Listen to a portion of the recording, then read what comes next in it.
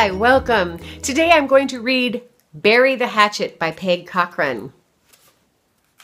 Cranberry Cove was in an uproar.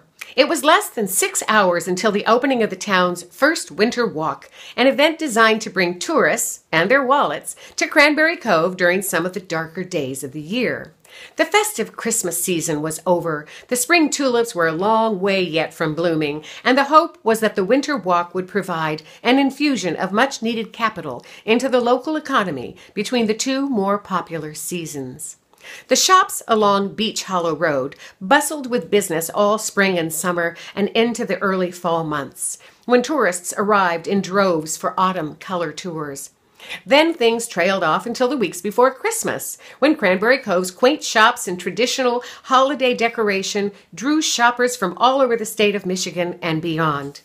January was one of the worst months as far as business was concerned. An icy wind blew off the waters of Lake Michigan, and the sky was gray and leaden more often than not. The vacancy sign swung from the pole in front of the Cranberry Cove Inn all month long, and the only busy shops were the drugstore, the hardware store, and the Cranberry Cove Diner, where locals gathered for farmer-style breakfasts and strong coffee in thick white mugs. So, while other towns were taking down their Christmas decorations 2 weeks after the holidays, Cranberry Cove was stringing up extra garlands of small white lights, adding festive blue and silver bows to anything they could tie a ribbon around, and generally gussying up the place as much as possible.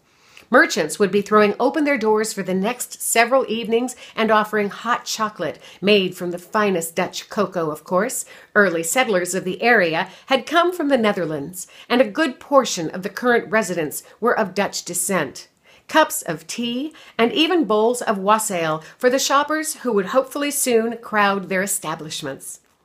Sassamanish Farm had erected an outdoor stall in front of Gumdrops, the local candy shop run by the identical twin Van Velsen sisters. Monica Albertson had been baking and cooking for several weeks to ensure a healthy stock of cranberry muffins, bread, salsa, and other goodies made from the farm's fall cranberry harvest. Her half-brother, Jeff, had crafted a comfortable shelter to protect her from the winds blowing off Lake Michigan, barely a block away. And Monica had installed a couple of electric heaters for extra comfort. The Van Velsen sisters had been more than happy to let her run the power cords into their shop outlets. The wind was picking up, and Monica wrestled with a cloth imprinted with bright red cranberries that she planned to use to cover the rough wooden table Jeff had made for the occasion. Her fingers were stiff from the cold, making them awkward, and the wind kept flipping the fabric up over her face as if this were some sort of playful children's game. Finally, she gave up. She needed to get warm and needed to do it fast.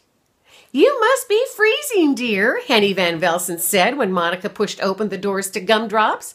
Gumdrops specialized in Dutch treats like hexagonal boxes of Drost pastilles, Wilhelmina peppermints, and De Heer chocolate, along with a counter full of what used to be called penny candy, like Mary Jane's, root beer barrels, and nonpareils, which the sisters scooped into white paper bags for their customers. "We have a pot of nice strong tea going in the back room. I'll get you a cup." Henny headed toward a beaded curtain that separated the shop from the room behind. "Gerda got us an electric tea kettle for Christmas, and I must say the thing is a marvel," she called over her shoulder as she pushed her way through the curtain. Moments later, she reappeared with a steaming mug, which she handed to Monica. Gerda was right on her heels, wearing an identical pale blue sweater set and blue and gray pleated skirt, and sporting the exact same tight gray curls as her twin. "Hello, dear." Gerda rubbed her hands together briskly. "You look positively frozen." Monica wrapped one hand around her mug of tea and brushed a tangle of auburn curls out of her eyes with the other. "I am. The wind certainly has a sharp edge to it, although the temperature claims it's almost 35 degrees.